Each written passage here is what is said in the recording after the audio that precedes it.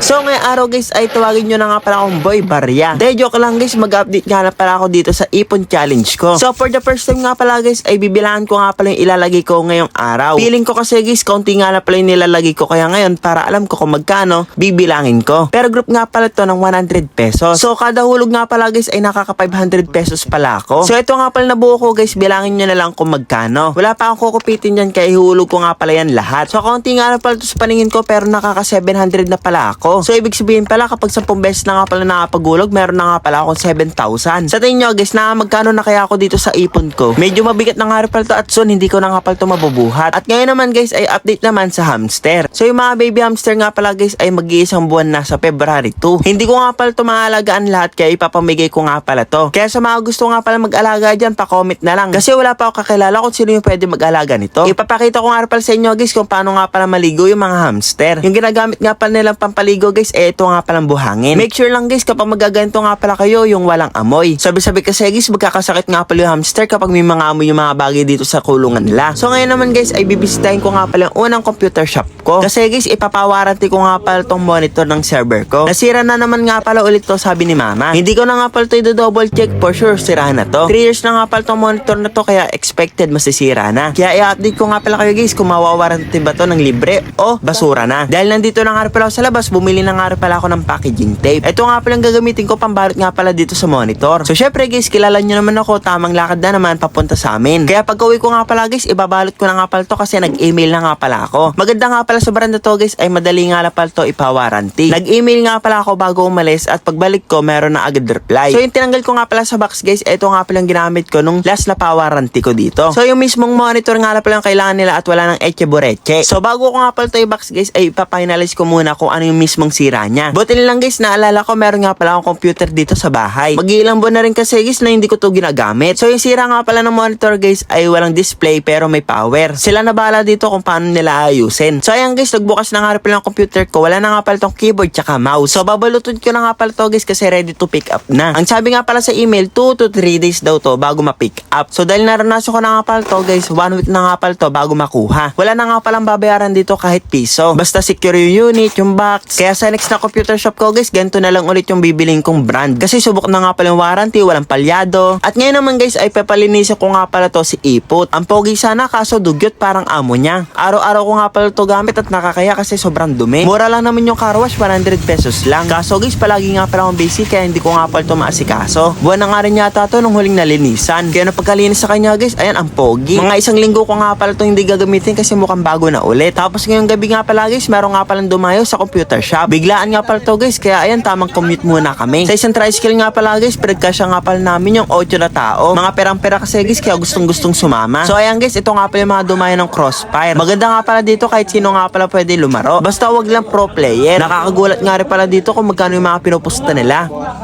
Minsan nga guys, umaabot nga pala dito ng 2K, 3K, 4K, hanggang 5K. Kaya swerte ko guys kasi napalaro nga pala ako dito. Ito nga pala highlights ko guys at the rest puro pabuhat na ako. Sniper nga pala palagi kong role dito kaso pinagrat-rat nga pala ako kasi ginagawa kong pain. Pinalaro nga pala ako dito guys kasi kulang yung mga player. Medyo masakit nga guys kasi pakumpleto lang ako sa mga laro nila. Kaya butin lang guys kahit papano nakakatulong ako kasi nakakapitas ako. So sobrang swerte nga pala namin guys, nanalo nga pala kami dito sa first game. Sa paisan, sa ta. Window, baba na.